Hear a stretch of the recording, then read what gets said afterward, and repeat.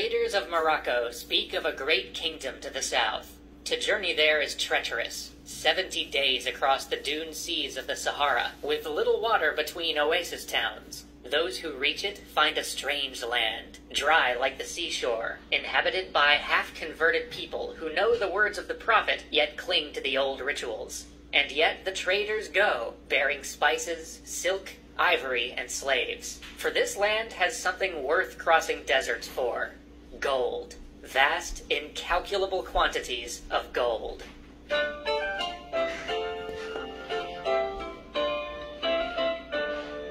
It's 1235. The Mongols surround the church and capital. The Holy Roman Empire and the papacy squabble, and barons raise troops for a new crusade in the Holy Land. But meanwhile, another great question of empire is being settled on the West African savannah.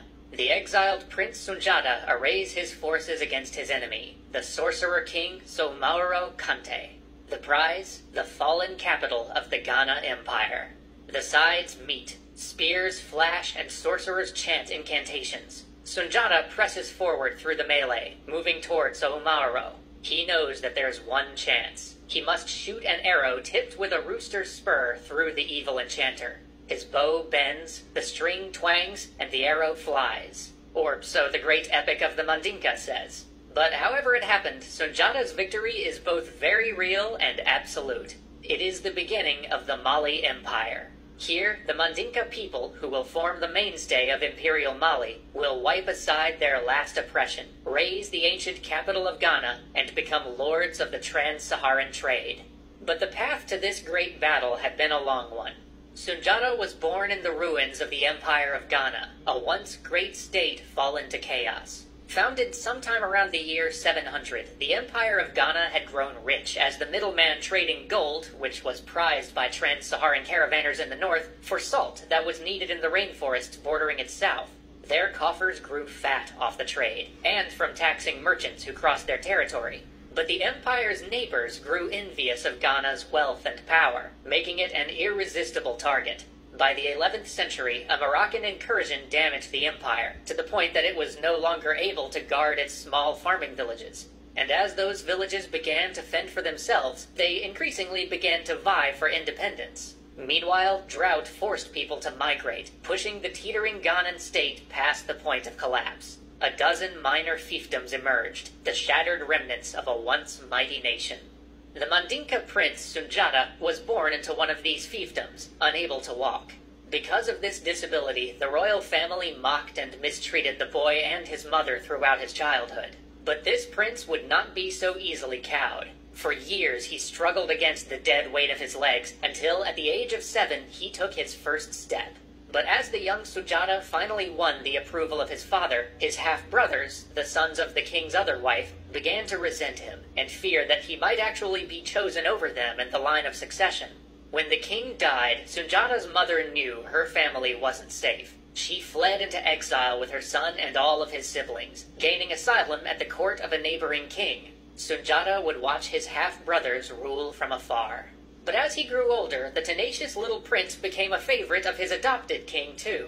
The monarch appointed him as viceroy, and even allowed Sunjata to govern in his absence. But back in his homeland, trouble was brewing. A number of smaller states and local leaders scrambled to fill the void left by the collapsed Empire of Ghana, including the sorcerer king Soumaoro Kante. Soumaoro seized the former capital of the empire and expanded it outward, enveloping Sunjata's people. An exceptionally cruel leader, according to the epic, Soumaoro kept the heads of 9 defeated kings in his chamber, and wore sandals made from human skin.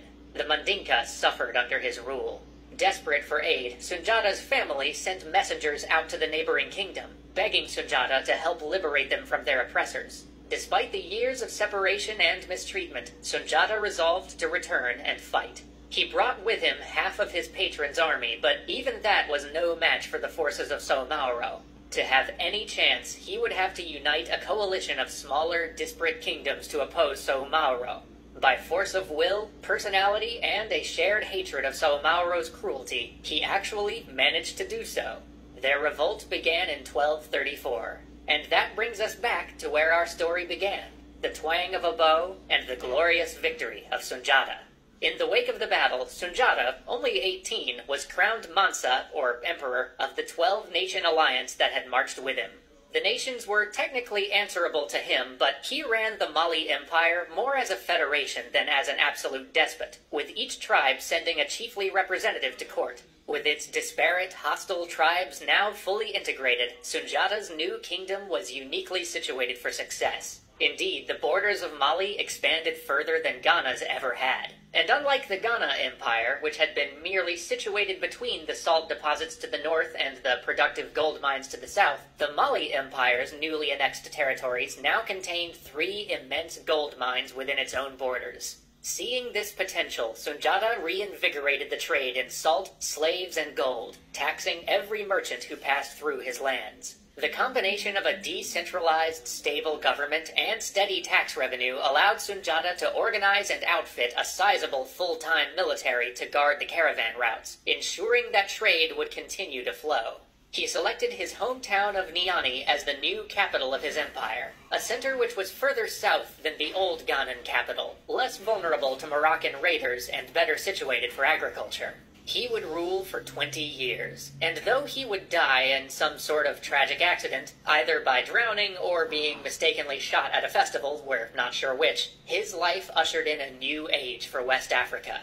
But that new age came with new problems. The next 25 years saw great gains for Mali, but also dynastic struggles that threatened to undo the fragile peace. For after Sunjata's death, custom dictated that his biological son become the new Mansa. But since the boy was too young, one of Sunjata's adopted sons seized the throne. At first, everything seemed to go okay. For over 15 years, Sunjata's successor added yet more lands to the empire, and initiated agricultural reforms that helped secure food production. He also introduced Islam into the monarchy, and became the first ruler of Mali to make the Hajj, or pilgrimage to Mecca, helping to strengthen ties with North Africa. But Sunjata's successor had also adopted the sons of his generals as a part of his efforts to hold on to power, and when he died, 2 of his adopted sons split the country in a devastating civil war. First, one son ruled for 4 years, his reign's lavishness matched only by his cruelty. Then, upon his death, the other son took the throne, and proved an even worse ruler than his brother. At this point, the people rose up and killed him in a riot. After that, the nation's representatives swore, no more foolishness, it was time to govern.